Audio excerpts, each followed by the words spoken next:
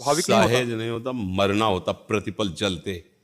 प्रतिपल जलते तो भगवान की कृपा कहो कि विस्मृति किए हुए हैं, प्रतिपल जलते जीना मुश्किल हो जाता।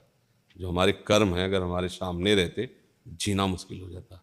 इसी जन्म के कर्म हमें चैन नहीं लेने दे रहे कि पूर्व के अगर जन्म जन्मांतरिक कर्म जहाँ तो हाय हाय मच जाती, जीना मुश्किल हो। ऐसा नहीं कि हम वैराग्य धारण कर लेते, जीना मुश्किल हो जाता। भगवान कृपा करके पूरे को ढक दिए, वर्तमान को सुधार लो, तो वो कृपा करके पूरे को आग लगा देंगे। ज्ञानाग्नि के द्वारा समस्त संचित कर्मों को भस्म करके उसे मुक्त कर देते। हम सर्व पापी विमुक्त श्याम मां सोचा। बस वो बड़ी कृपा किए हैं, जो मतलब कितनी कृपा की है, कल की बात भूल गए।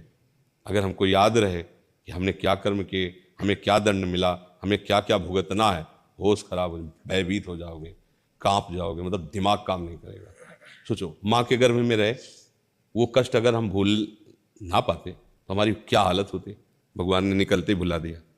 माँ के गर्भ में रहे ना, हाथों की झिल्ली में लिपटे हुए, कैसे कैसे हम रहे, मतलब कितना कष्टप्रद स्थान है वो, हम वहाँ रहे ना, भगवान ने भुला दिया। कितना अच्छा कि अगर वो आभास हो, वो कष्ट, तो उसको कैसी दशा हो। कैसे कैसे हम कष्टों से गुजर के आए, हुआ वो भुलवा दिया, भुलवा दिया, भुलवा दिया।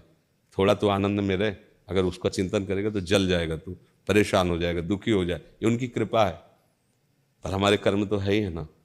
तो विचार करके हम इसे विचार के द्वारा कि शुभ और अशुभ दोनों कर्म हमारे जमा है, उसी से मिश्रित ये शरीर मिला है, अब इसे छूटना है, इससे छूटना है, इस प्रपंच से छूटना है। तो मुझे बार बार भगवत स्मरण करना है, प्रभु की शरण में हो जाना है, होश में कर्म करने, कोई गलत कर्म ना हो जाए, इससे सब समान हो जाएगा। उधर भी नष्ट हो जाएगा, आगे का निष्फल हो जाएगा, प्रारब्ध निष्प्रभावित हो जाएगा और भगवत प्राप्त हो जाएंगे।